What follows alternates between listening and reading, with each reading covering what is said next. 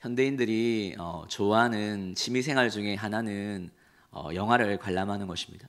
좋은 영화는 어떤 영화입니까? 스토리가 탄탄한 영화, 좋은 감독이 만든 영화이지만 무엇보다 관객들이 선택할 때는 어떤 배우가 나오는가, 주연 배우가 누구인지가 중요합니다. 그 배우가 연기하는 것 같으면 그 영화가 볼만하지 않을까, 돈값을 할 것 같다라는 생각들을 하게 됩니다. 근데 시간이 지날수록 주연 배우도 중요하지만 조연이 참 중요하구나, 어떤 조연들이 등장하느냐에 따라서 이 스토리가 탄탄하게 되고 짜임새가 있게 되어집니다. 무엇보다 조연들이 잘 역할해야지 주연들이 잘 빛나기 때문에 요즘에 어떤 조연들이 등장하는지가 관심에 초점을 가질 때가 있는 것입니다. 오늘 본문은 그렇습니다. 주연 배우가 아니라 자신을 조연이라고 생각하고 그렇게 살아갔기 때문에 이후에 예수님께서 칭찬했던 한 인물, 세례 요한에 대해서 이야기합니다. 세례 요한이 얼마나 그 역할을 잘했는지 예수님은 이후에 이렇게 칭찬합니다. 여인의 몸에서 태어난 사람 중에 요한보다 큰 사람이 없다. 그만큼 가장 놀랍게 귀하게 그 사명들을 감당했다는 거죠. 이 사람은 그 온유하고 겸손하고 부드러운 모습이 아니라 말씀 읽을 때마다 거친 이미지가 보여집니다. 외모도 거칠게 낙타옷을 입고 가죽띠를 띱니다. 먹는 것도 메뚜기와 석청을 먹는 것입니다. 전하는 메시지도 온유한 메시지를 전하는 게 아니에요. 회개하라, 천국이 가까웠다. 이 독사의 자식들아, 회개에 합당한 열매를 맺어야 된다, 이렇게 이야기를 하는 거예요. 하지만 그 메시지에 하나님이 함께하는 거예요. 영감과 능력이 부어지니까 사람들이 거친 메시지를 받지만 마음 가운데 이렇게 살면 안 되겠다 싶어서 세례 요한에게 나와서 수많은 사람들이 세례를 받기 시작하는 거예요. 사람들이 줄 서서 옵니다. 종교 지도자들도 그 앞에 굴복하고 세례를 받는 것입니다. 그러니까 사람들이 어떤 생각을 하냐면, 저렇게 영감 있는 메시지를 전하는 거 보니까 저 사람이 혹시 구약 성경에 약속하신 그리스도, 메시아, 구원자가 아닌가, 이런 소문들이 점점 늘어가는 거예요. 그 소문을 세례 요한이 알게 되었습니다. 세례 요한이 오해를 불러일으키는 일부러 그런 행동을 한 것도 아니에요.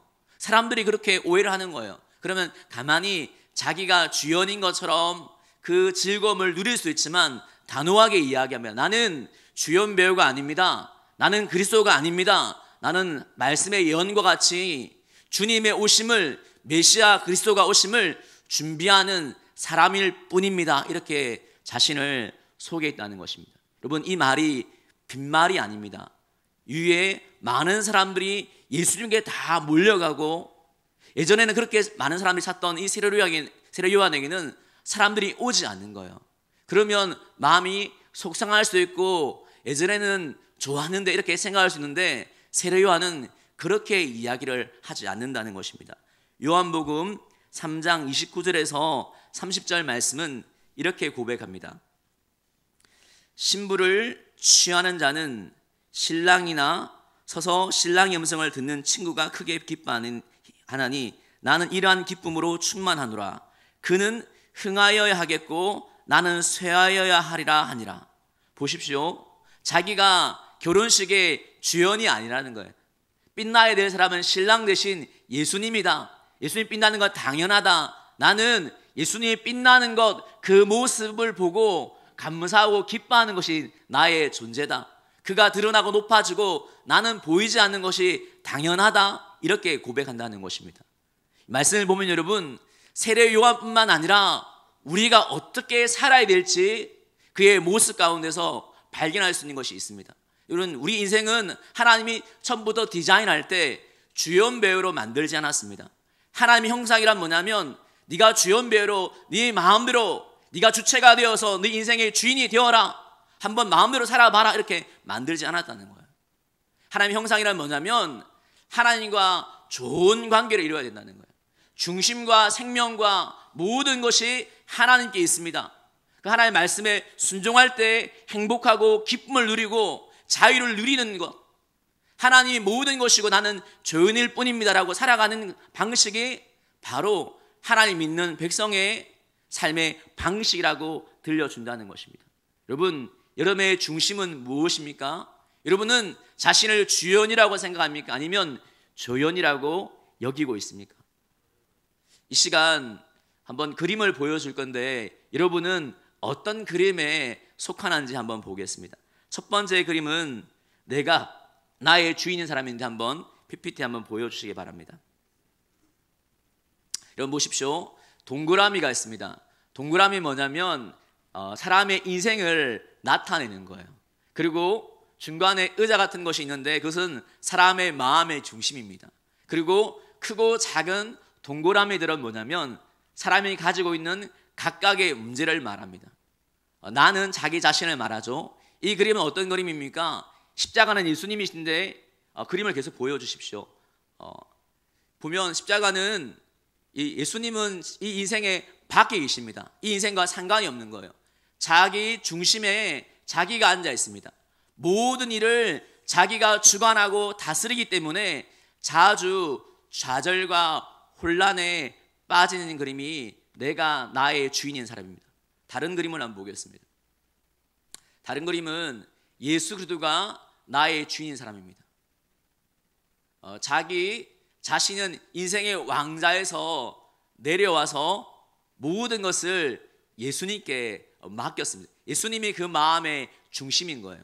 모든 일을 예수님이 주관하시기 때문에 하나님의 계획과 일치된 삶들을 살아가는 거예요. 인생에 문제가 있지만 그러나 하나님이 주인 되시기 때문에 환경에 상관없이 기쁨과 자유를 맛보고 하나님의 뜻들이 그 삶 가운데 이루어지는 삶을 살아간다는 것입니다.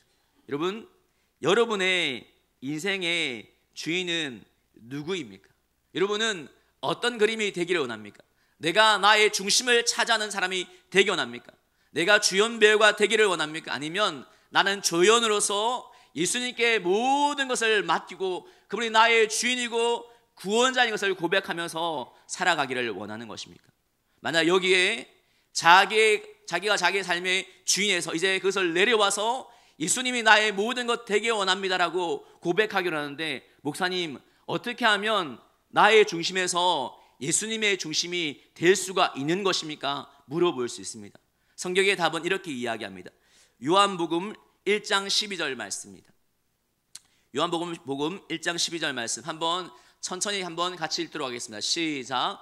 영접하는 자 곧 그 이름을 믿는 자들에게는 하나님의 자녀가 되는 권세를 주셨으니, 그대로 한번 보여주시기 바랍니다. 보십시오. 영접한다는 것은 받아들인다는 뜻입니다. 그 이름을 믿는 자들, 그 이름은 예수의 이름인데 예수의 이름의 뜻이 무엇입니까? 모든 백성을 죄에서 구원할 자라는 뜻입니다.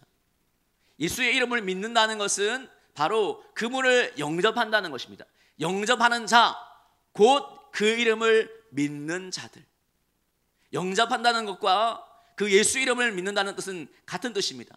예수 이름을 믿는다는 것은 그분을 삶으로, 마음의 중심으로 초대한다는 것입니다. 그렇게 되어질 때 예수님을 통해서 하나님의 자녀가 되어지는 권세와 권리가 그 사람에게 주어졌다라고 말씀은 우리에게 분명히 들려주고 있는 것입니다.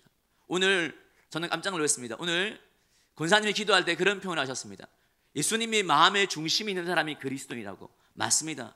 누가 그리스도인입니까? 마음의 중심에 예수님이 있는 사람입니다. 예수님은 내가 주연이다, 내가 나의 삶의 중심이다, 내 마음대로 살겠다는 사람이 절대 그리스도인이 되지 않습니다. 나는 부족합니다. 나 연약함을 고백합니다. 나는 죄인입니다. 나를 구원할 자가 필요합니다. 나는 나의 인생을 책임질 수 없습니다. 나의 삶을 붙들어 달라고 고백하며 그 예수님께 인생을 맡기는 그 사람이 바로 그리스도이라고 성경 말씀은 우리에게 분명히 들려주고 있더라는 것입니다.